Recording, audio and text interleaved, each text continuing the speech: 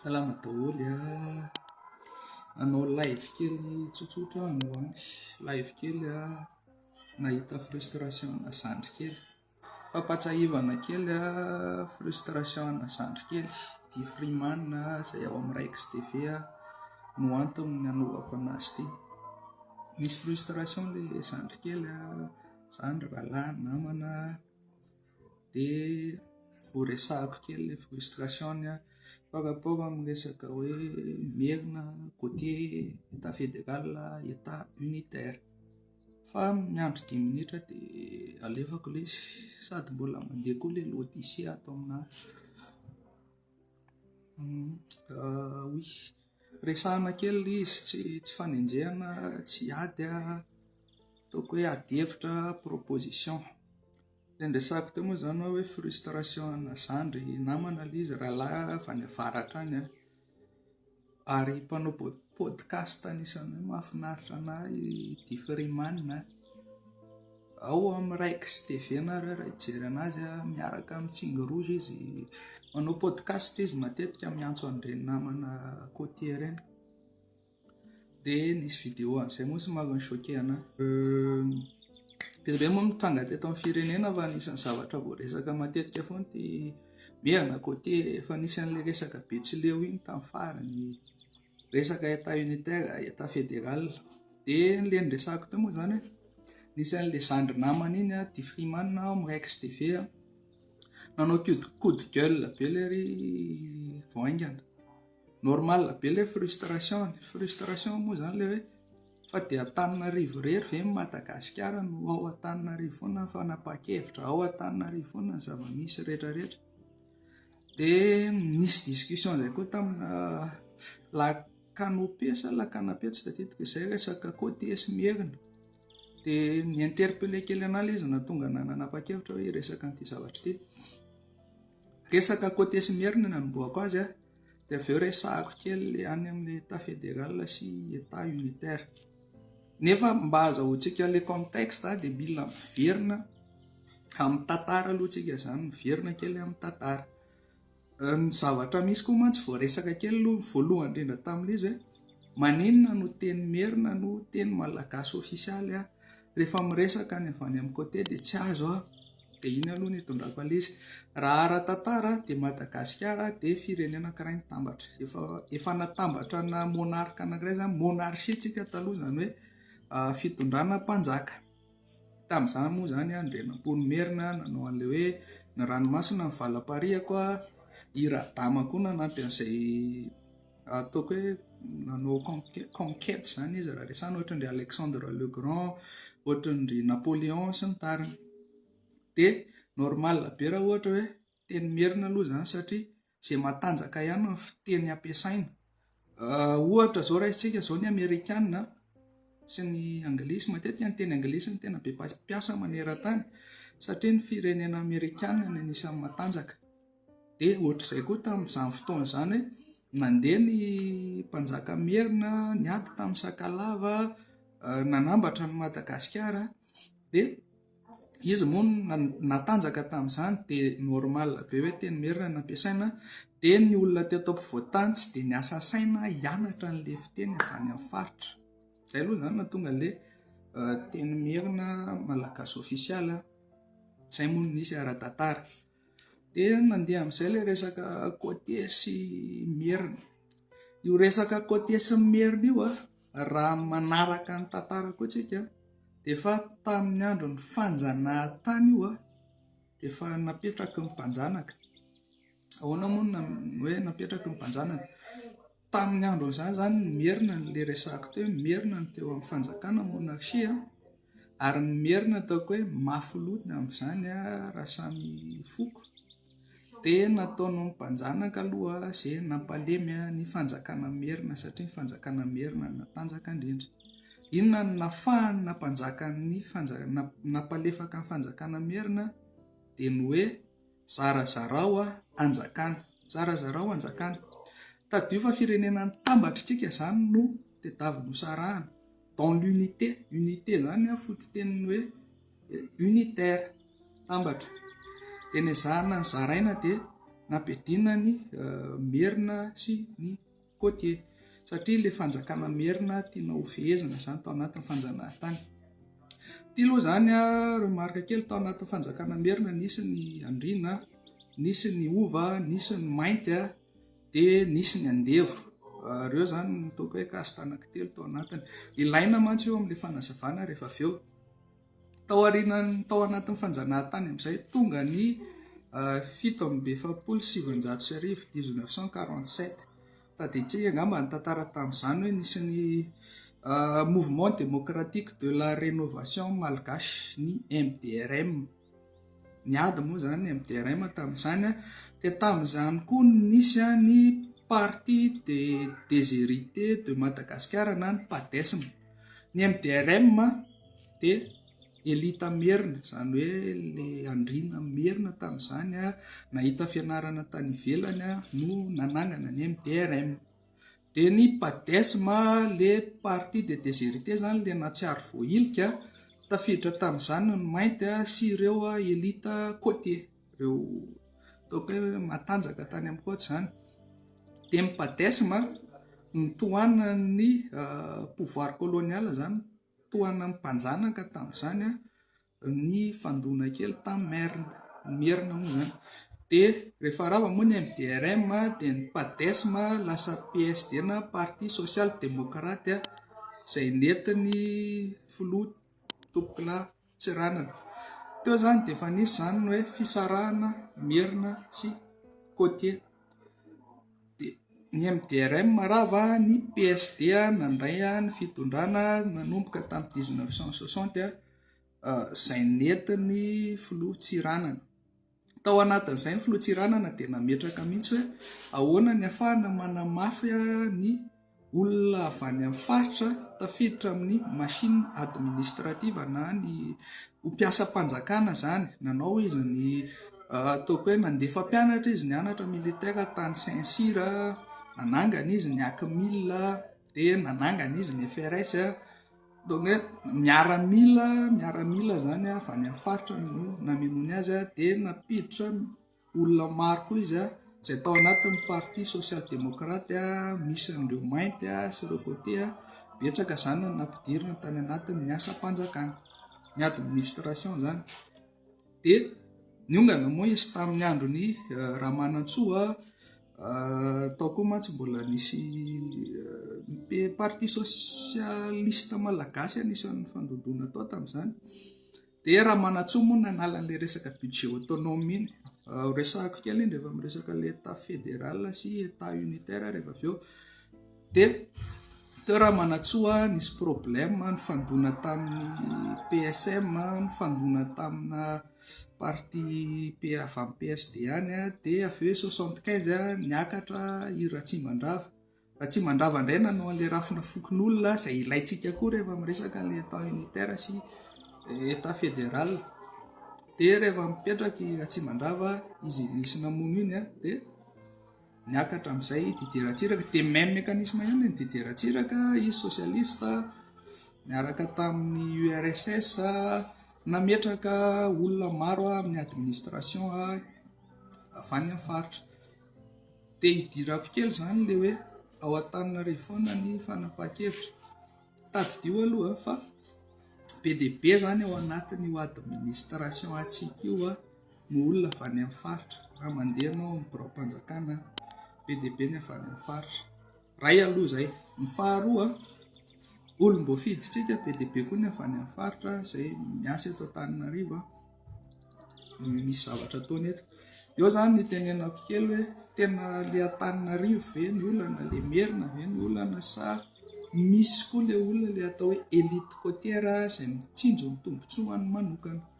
Ilay fantatrareo koa izay resaka élite côtière izay sy élite Merina ilay resaka état fédéral sy état unitaire. Izay zany aloha no tiako hanazavana ilay Merina sy Côtier hoe zavatra efa nataontsika firenena iray nitambatra no zarazaraina tamin'ny fanjanahantany, nasiana ny hoe Merina sy Côtier, élite Merina contre élite Côtier, PADESM contre ny MDRM. Dia za tena antsika génération amin'izao tokony efa miala amin'izay zavatra izay. Madagasikara no tokony jerentsika zany amin'izao fa miala amin'izay resaka elito merina sy elito côté zay antsika satria hiteraka olana foana io ao aorianao. Ny solution ahafahana miala amin'izay dia ilay resahana hoe charte resahako teto nisy fotoana charte de principe miainga amin'ny soatoavina malagasy. Inona moa ilay charte de principe hoe firenena jerena mihitsy zany ny kolontsaina malagasy, firenena jerena ny tantara, firenena jerena ny fombafomba n'ireo foko isan-karazany sy ireo faritra isan-karazany dia atambatra anaty document anankiray dia jerena izay ifandraisan'ireo foko sy faritra rehetrarehetra eo dia tena asongadina hoe ity zany ilay tena ifandraisan'ny malagasy. Io ny identité malagasy, io identité io no mametraka an'ilay atao hoe souveraineté ny malagasy. Dia ny ambony rakitra anaty boky ampidirina anatin'ny fampianarana moa zany ataoko hoe anaty éducation civique sa na tantara tsy haiko izay ampidirana anazy fa tsara zany ampidirina ny charte de principe miaraka amin'ilay particularité isamparitra.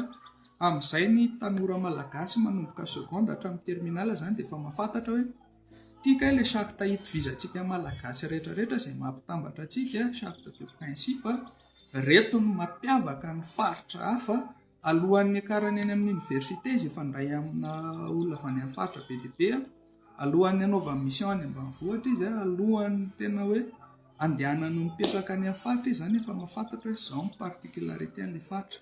Mandeha ho azy ny réconciliation nationale amin'izay fotoana izay ny réseaux sociaux koa azo ampiasaina. Izay zany ny ahafahana hoe manala n'izay resaka ady côté sy merina izay dia za aloha adinoina tanteraka ilay resaka vadesima sy MDRM ny elite merina elite côté atao ilay charte de principe miaraka amin'ny soatoavina hoe izao ilay tena malagasy, izao ilay tena fototra hijoroan'ilay Madagasikara, reto ilay mahasamihafa n'ilay foko isan-karazany sy ny fombafombany dia fantatrao izay dia ajaina. Izay aloha zany ilay resaka côté sy merina. Rehefa misy fanontaniana ireo dia raiso kely dia apetrao any amin'ny farany dia zahako valiana eto ihany. Hiditra amin'izay ilay resaka état fédéral sy état unitaire. Matetika ma zany manahirana kely ana amin'iny dia hoe ahoana marina moa zany anankitelo zany ny possibilité amin'izao. Raha ny marina aloha zany tsika tokony mandalo préconcertation averiko foana iny. Fa iny moa ohatran'ny tsy d'actualité intsony. Ilay préconcertation zany ahafahantsika mametraka ohatran'ny ahoana ny forme de l'état post-électoral, izany hoe alohan'ny fifidianantsika dia mametraka ohatra izao ny rafitra hitondrana ilay fanjakana. Satria be dia be zany ny olona tsy natoky ny Assemblée nationale raha resantsika ilay 4 000 milliards. Dia eo zany ilay fanontaniana hoe raha mametraka assemblée constituante dia maka comité de pilotage avao anao ilay constitution. Efa tsy d'actualité moa zany iny fa iresakitsika ilay concertation. Ilay concertation zany raha ny tena marina aloha ny hevitro tokony hoe mandeha aloha ny consultation. Ilay consultation tsy ohatran'ilay an'ny jeunesse teo somary nanahirana kely anazy satria tao dia nasaina ny adevitra ilay tanora hoe ahoana ny état fédéral, ahoana ny état unitaire. Nefa tsy tokony izay ilay izy fa tokony hoe inona aloha ilay rafitra atokisana ahafahana manoratra ilay constitution. Ary tsika koa raha hiadevitra amin'ny état unitaire sy état fédéral tsy constitutionnaliste daholo ny tanora, tsy mahay ny tena pitsopitso ny zavatra io zany fa mandeha aloha ilay consultation. Mandeha ilay consultation dia alaina ilay hevitra hoe inona marina ilay problème, inona ny olana tamin'ilay état unitaire fa maninona tsy mandeha ilay décentralisation, fa maninona mbola misy an'ilay hoe any ambany ravinkazo tsisy mahita, fa maninona ny hoe Antananarivo irery Madagasikara, inona miteraka an'izay olana izay. Rehefa fantatra miteraka an'izay olana izay dia mandeha amin'izay ny ataoko hoe ny technicien professionnel hoe ay ohatr'izao ny anoratana ilay constitution. Dia vita aloha ny constitution fa misy 3 mantsy ny zavatra possible. Na tsika zany miditra amin'ilay référendum izay efa tsy resahana intsony ilay oui ou non, na miditra amina élection constitutionnelle hifidy état fédéral sa état unitaire, na miditra amin'ilay hoe ratification constitutionnelle. Ty ratification constitutionnelle ty tiako kokoa raha ho azavaina ilay izy dia tsotra ohatr'izao. Eritrereto izany tsika ohatra hoe hifidy état fédéral sy état unitaire. Azo amin'ilay malagasy tsara ve mahasamihafa ny état fédéral sy ny état unitaire? Ay aloha izay. Iza zany migarantir hoe tena hain'ilay malagasy ny fidy an'ilay izy na iza no hidefendre raha ohatra zany hoe misy te hanao ny état fédéral dia iza no andeha hanao propagande an'iny hoe izay hanao état fédéral, misy ny état unitaire dia iza ny hanao propagande an'iny. Rehefa vita ilay propagande sanatria lana indray na tsy rana indray dia misy frustration foana. Izay aloha zany risque anankiray, misy frustration mandeha foana ao anatin'ilay izy. Ny faharoa, raha ohatra zany hoe voasoratra ilay constitution misy risque koa nefany raha ohatra tsika zany hoe hiditra état fédéral, ny risque iray zany dia misaratsaraka ilay firenena ahoana ilay fifandraisan'ny samy malagasy amin'ny toaka hoe état fédéré samihafa. So sanatria indray isy élite côtière, ny élite côtière mantsy mety hoe tonga any izy mipetraka ilay état fédéral dia anjakazaka ao indray ny élite côtière. Izay aloha zany mety risque. Ny état unitaire indray efa hitantsika io ny lesokany hoe tsy mandeha mihitsy ilay décentralisation effective, tsy manana ny autonomie ny faritra. Amiko zany efa expérience vécue le décentralisation amin'ny état unitaire. Fantatritsika kokoa le lesoko ao anatin'ilay izy. Lesoko ao ohatrany hoe raha ataoko zany ianao hoe hanao projet dia ho any amin'ny projet vaovao be ve ianao sa ho atao amina projet efa fantatrao hoe tia ny olana. Dia izay mahatonga ana amin'ny tena tokony le olana aloha zany ny alaina amin'ilay consultation alaina. Avy eo mamolavola amin'izay manoratra an'ilay constitution. Raha hiditra état fédéral moa zany dia efa le lazaiko hoe mila apetraka hoe ohatrany ahoana ilay rafitra mba tsy hisian'ny élite côtière anjakazaka any amin'ny faritra misy anazy. Raha hiverina amin'ny état unitaire dia efa fantatsika inona no tokony amboarina mba tsy hanjakazaka be le aty amin'ny centre fa tena isy le décentralisation, isy le budget autonome, isy le autonomie de gestion any amin'ny faritra, satria io no tena mahatonga le frustration hoe tsy mahaly eo tena ny avy any amin'ny faritra fa aty Antananarivo foana fanapahan-kevitra. Dia ireny zany nalany ny état fédéral, nalany ny état unitaire mba efa mazava. Fa ankoatran'izay nefa tokony tonga any amin'ilay vahoaka mazava tsara ilay izy hoe raha hiditra amin'ny état fédéral nareo dia reto daholo ilay zavatra, iny amin'izay ilay concertation. Raha hiditra amin'ny état unitaire nareo dia tia amin'izay ilay zavatra ao anatin'ilay constitution. Raha tia ilay olana, tia ny hamahana ilay olana amin'ny état fédéral kanefa tia mety ho risque. Raha tia ilay olana, tia ny hamahana anazy amin'ny état unitaire fa tia ilay risque. Ny constitutionnaliste zany tokony manao an'izay ary tokony transparent hoe iza le constitutionnaliste manoratra n'ilay constitution zany mila mazava tsara. Fa ny tsara indrindra amiko hoe ratification constitutionnelle. Le ratification constitutionnelle le ilana le hoe CPL na comité-mbahoaka ifotony. Mécanisme an'io zany hoe constitution anankiray ihany no soratana fa ny article amin'io dia ratifiena manomboka any amin'ny fokontany. Izany hoe hoentina any amin'ny fokontany mihitsy ilay constitution, vakiana dia hazavaina. Zao ny ao anatin'ny constitution, zao ny olana tamin'ny décentralisation, zao ny hamahana anazy. Nanjaka loatra amin'ny présidence, nanana pouvoir loatra, zao ny hanamboarana azy. Dia vakiana. Rehefa ekeny any amin'ny fokontany rehetra ilay izy, izay vao miakatra eo amin'ny commune. Raha ohatra zany misy tsy manaiky eo amin'ny fokontany dia raisina ilay zavatra tsy nekeny, raisina fotsiny aloha dia ratifiana ilay izy fokontany, miakatra indray manko any amin'ny commune, hazavaina amin'ilay commune eo amin'ny commune indray hoe tary amin'ny fokontany ohatr'izao tia misy zavatra tsy nety tamin'izareo, reto nekeny daholo fa reto tsy nety tamin'izareo. Dia monsieur concerté indray eo amin'ny commune, ohatr'izao indray zany ny anaovana an'io raisina indray ny fitambaran'ilay hevitra ny tao amin'ny commune, hoentina mandeha district dia ohatr'izay mécanisme amin'ny district dia hoentina makeny amin'ny national amin'izay niveau national dia tia ny constitution ny ratifiena ny rehetrarehetra, reto ny texte efa ekena ny vahoaka rehetrarehetra dia reto ny texte mila anaovana amendement. Sarotsarotra kely ilay zavatra resahako nefa mila azontsika zany izay hoe misy karazany le izy hoe na miditra amin'le élection na miditra amin'le ratification. Zay ho mahatsara le ratification zany hoe tena miditra any amin'ny foakany mihitsy ianao any amin'ny fotony dia miakatra dia mahazo constitution ekeniny rehetra. Dia izay zavatra tsy nekeniny rehetra zany anaovana amendement amin'ny alalan'ny assemblée nationale dia azo le constitution vaovao. Raha ho fiteniko tsotsotra ilay izany dia hoe misy risque ny mampifidy fotsiny ny olona hoe état fédéral sa état unitaire. Ny risque voalohany dia mety tsy ho azon'ilay olona akory hoe inona no ao anatin'ilay texte ny état fédéral sy état unitaire.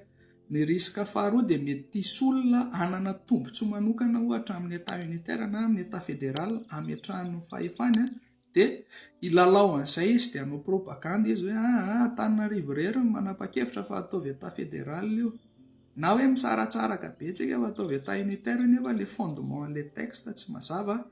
Dia ny risque fahatelo hiteraka frustration satria misy olona mieritreritra mihitsy hoe efa tokony ho lany ilay état fédéral nefa mety état unitaire tampoka ny lanina, misy tesitra hoe tokony état unitaire nefa état fédéral dia hisy frustration foana zany malagasy. Dia izay mahatsara ilay ratification constitutionnelle, atao ilay consultation, alaina ilay problème, soratana mazava ilay constitution miaraka amin'ny hoe ity ilay olana dia ity ilay vahaolana ao anatin'ilay constitution hoentina any amin'ny fokontany dia ratifiena tsikelikely izay tsy mety dia atao amendement. Mikasika an'ilay resaka côté Smirna indray manao an'ilay ataoko hoe manao an'ilay charte de principe misy moyen be dia be anaovana an'iny tsy haiko hoe hevitra ny anahy moa zaraiko hoe ilay charte de principe zany tokony miainga amin'ilay fahafantarana koa hoe ahoatry ny ahoana ny particularité an'ny foko ohatry ny ahoana ny zavatra hitovizan'ny malagasy rehetrarehetra dia mamoaka an'ilay soatoavina iraisana dia mampafantatra amin'ny rehetra hoe inona ilay tsy hitovizana dia mitovy ny tandrokanga ny vahoaka malagasy rehetrarehetra. Hevitra ny zaraiko mety sarotsarotra miasimile an'ilay izy fa raha misy fanontaniana dia apetrao ihany dia zahako hazavaina rehefa miverina miconnecté na valiako izao ihany satria efa hijanona mety afaka 10 minutes eo hijanona. Dia izay zany ny anahy fomba fijeriko an'ilay hoe aleo ialana mihitsy ilay resaka côte Merina, Padesma, MDRM fa Madagasikara aloha tsy miditra amin'ilay zarazara ao an-jakana zany manahirana fa aloha tsika mijanona unité anankiray foana hoe malagasy mametraka ilay souveraineté du peuple, souveraineté de Madagasikara. Izay koa vao mandeha ny ivelany. Iny mbola tsy ho resahako ilay fandehanana ny ivelany iny fa rehefa mipetraka tsara ny eto Madagasikara dia milamina. Raha misy fanontaniana moa zany dia afaka apetraka fa asiako résumé foana ihany hoe miditra amin'ilay charte de principe ny soatoavantsika tena mifanaraka ny vahoaka malagasy hoe inona ny iraisana dia inona ny tsy itovizan'ireo foko isan-karazany sy ireo faritra ireo mampilamina an'ilay côté Smirna. Mila mifankalala amin'ny malagasy satria iny charte iny izay particularité ao no entina ny amin'ny fampianarana ny amin'ny éducation civique seconde, première, terminale alohan'ny hidirany any amin'ny anjerimanontolo na andehana mipetraka any amin'ny faritra zany ny olona iray mahafantatra tsara ohatra izao ny zany Madagasikara zany. Miditra ratification constitutionnelle mandeha tsikelikely avy any amin'ny fokontany miakatra izay tsy ekena dia atao amendement. Raha ohatra moa tsy maintsy hiditra an'ilay élection constitutionnelle izay efa resahana amin'izao dia tena mila voasoratra mazava tsara ny raha atao hoe fédéral na atao unitaire, voasoratra mazava tsara ny arofanina zany ialana amin'ilay hoe raha fédéral tsika dia misy élite côtière manjakazaka any amin'ny faritra any dia efa tsy ho voafehitsony izy fa efa izy ny manjaka any. Raha hiditra état unitaire tsika dia tena décentralisé fa tsy ilay centralisme hoe tena omena budget autonome amin'ny faritra, omena ny autonomie de gestion sy ny autonomie amin'ny fanapahan-kevitra rehetrarehetra fa ny état central dia appui technique sy équilibre fotsiny.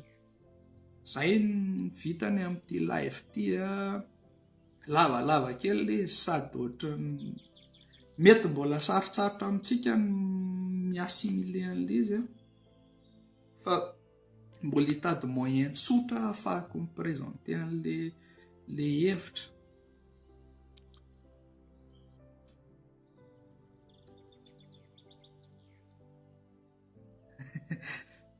Normal aloha raha tsy azon'ny olona ilay izy, fa izay ny tenenako hoe ho an'izay mahazo dia miezaka mizara. Tsotra be fotsiny ilay izy, ohatran'ilay niresahako teo hoe na tsika mandalo an'ilay ratification hoentina eny aminareo eny fotony eny ilay texte, ilay lalàna mihitsy no hoentina eny dia vakiana aminareo eny dia manaiky nareo hoe tena ekenay, mety aminay izany, mamany olonanay izany dia izay vao miakatra commune dia izay vao tonga any amin'ny national tena miteny hoe reto ny ekeny rehetrarehetra.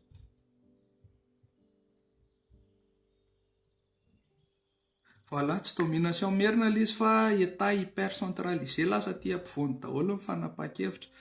Dia iny mila amboarina izy satria no miteraka ilay frustration amin'ilay resaka état fédéral sy état unitaire.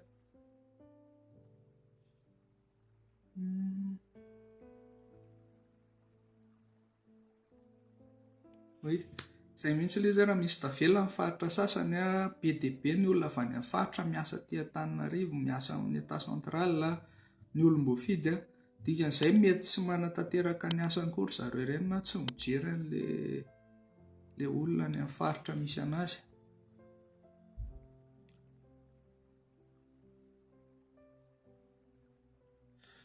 Efa ao anatin'ilay concertation nationale ny tanora aloha désolé satria nifandona kely tamin'izareo tao tsy nisy TDR nataona sy felana, izay zany proposition hanaovana an'ilay concertation nationale hoe pré-concertation aloha hidéterminena forme d'état avant les élections dia avy eo concertation nationale juste hoe maka ilay problème fotsiny dia soratana avy eo ity ilay problème ity ny solution miaraka aminy dia nifandona tao dia somary niala, za koa moa tsy dia te hifamaly intsony mandreraka be ilay izy, fa misy amin'ity semaine ity misy an'ilay concertation nationale iny tsy haiko hoe nanahoana ny fiantsoana tamin'izy iny hoe vao antso daholo ve ny olona sa ahoana, tsy dirako lalina izay fa za moa izany tsy maintsy hijery ny compte rendu ihany hoe nanahoana ilay izy, fa efa somary nisitaka kely aloha satria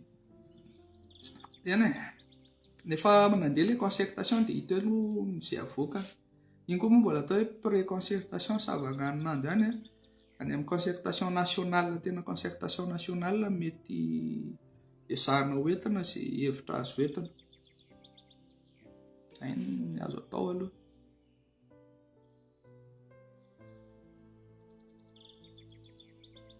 Teny Komoro ihany. Azo ihany hoe sarotsarotra amin'ny olona mahazo an'ilay zavatra resahako izay koa no nahatonga anahy moa izany niezaka miresaka tamin'ireo minisitra ireo ihany, fa bon, misy conseiller mahay be ao.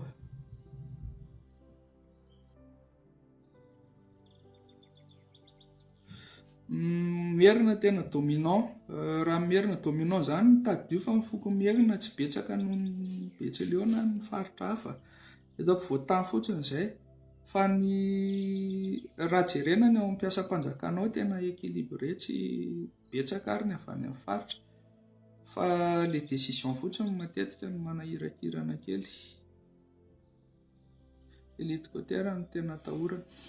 Ilay elite côtière moa izany raha hoe izy mijanona any amin'ny faritra misy anazy izany, izay no sarotsarotra kely ary mila ialana izany izay zavatra izay. Zamanany alina ara ihany izany filoham-pirenena izany bainina tsy aloka ihany manao El Soltero dia manao voyage, manome hevitra mbola tsy vita izany. Aleo aloha mipetraka tsara matimaty foana, zara hevitra ihany ny antsika. Teknisiana raha ohatra izany misy filoham-pirenena mila teknisiana dia mazoto ny tenako, na misy député mila teknisiana ifampiresaka dia mazoto ny tenako, dia zara hevitra. Milay mbola hafa ihany ilay miaina malalaka ilay politika koa indraindray manahirana atao amintsika. Izay ary izao te hanaraka anareo any ivelany any. Resaka rafitra ny olana fa ny pratika politika an'ilay politicien ny olana. Misy fifandraisany ilay izy, ilay pratika politika eo ihany, fa ilay pratika politika tellement efa rodé ao anaty système anankiray dia tsy maintsy kasena aloha iny système iny, tapahana izany dia hovaina, dia avy amin'ny système kase iny no hifehezana an'ilay le pratique politique. Dia rehefa voafia ao anatin'le système le pratique politique tsy mety dia ny génération manaraka eo tsy maintsy hiova ihany ny toe-tsaina hoe tika ilay lalana tokony arahana dia lasa manaraka an'iny daholo. Lasa effet boule de neige makany aoriana any izy zany, lasa misy engrenage mifameno ihany ilay izy. Inona zany ny combatany amin'ilay re moa zany ataoko hoe secret d'instruction tsy afaka dia ho resahako be eto fa any amin'ny fitsarana mahafantatra an'ireny rehefa mbola tsy nisy communiqué avy amin'ny avocat na avy amin'ny fitsarana dia mbola secret d'instruction fa mafimafy ilay tany, mafimafy, tena mafimafy, tena mafy.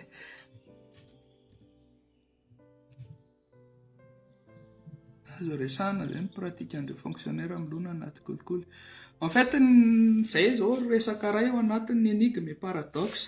Ny kolikoly zany eto amintsika nisy ny eritreretra tamin'ny voalohany hoe efa pratika courante ilay izy. Fa raha ny tena marina tsy tianao kolikoly ihany ny malagasy fa mandeha misy ahoana moa ny ilazana an'izany. Misy foana zany ny olona tena mampanao an'ilay izy. Le gasy majinika manao anazy tsy hoe fahazarany ilay izy fa satria izay ny eritreretana tamin'ny voalohany hoe rehefa zatra an'izay ilay malagasy dia mandeha ho azy. Fa tsy te-hanao an'iny izy fa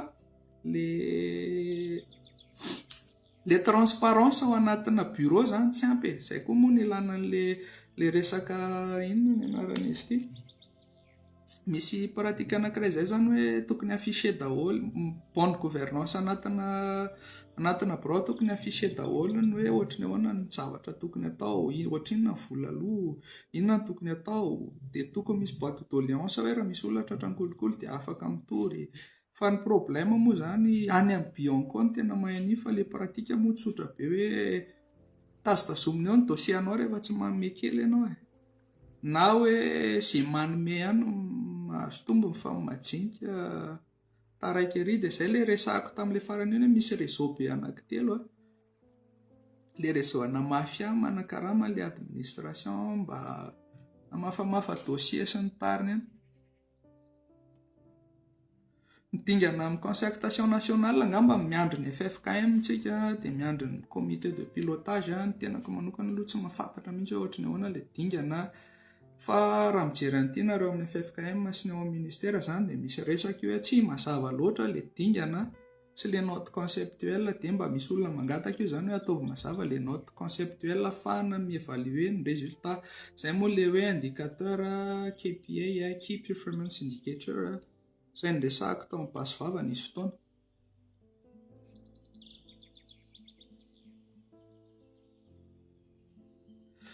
Oui, misy isaky ny bureau ilay izy fa ilay olona tsy mampiatra dia izay koa ilay teneniko hoe anjarantsika usager koa no mety hoe mifanohana. Mila mifanohana kely zany tsika raha hoe mahita kolikoly na ohatra izany amin'izao fanavaozana izao ny fanararaotana mandefa an'ilay izy eny amin'ny réseaux sociaux eny amin'ny rehetrarehetra eny. Nizaraona anonyme raha fa plus nareo mizara an'io zavatra io plus matahotra ny olona hanao an'ilay corruption.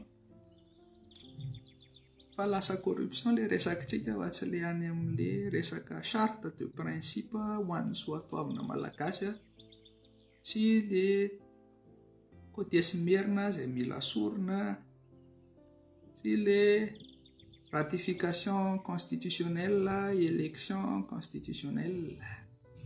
Fa tsy maninona. Bon, efa ho amin'ny valo mety efa tsy dia misy fanontaniana betsaka intsony. Andasy hoe tena isy ve nefa ilay concertation nationale avant élection sy toa mbola lerono mantsy toa mbola variana sy manodikodin-dresaka. Hatreto aloha zany tsy maintsy io satria ataoko koa hoe na ny vahoaka rangera tsisy ny concertation mety hanahirana. Dikan'izay tsy maintsy izy io ary condition mandehandeha any amin'ny Union africaine, SADC, Union européenne any koa io zavatra io donc tsy maintsy ho atao ny concertation fa izay fotsiny ilay note conceptuelle sy ilay dingana mila atao mazava tsara.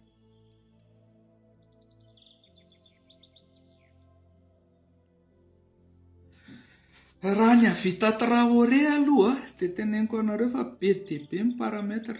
Mila matanjaka be zany ny mpitondra anankiray vao mahavita manao Traoré zany satria misy parametra maromaro zany ny relation internationale izay tsy ahafahan'ny firenena anankiray miala raha tsy tena manana ny atao hoe souveraineté de l'État izy dia sahirakirana kely satria ny aide internationale ao anatiny ataoko hoe na hitrandraka ny volamenantsika ary tsika hitrandraka ara-dalàna moa zany na hitrandraka ny nickel, cobalt sy ny rehetrarehetra mila infrastructure, mila teknôlôjia, mila vola, mila lalana.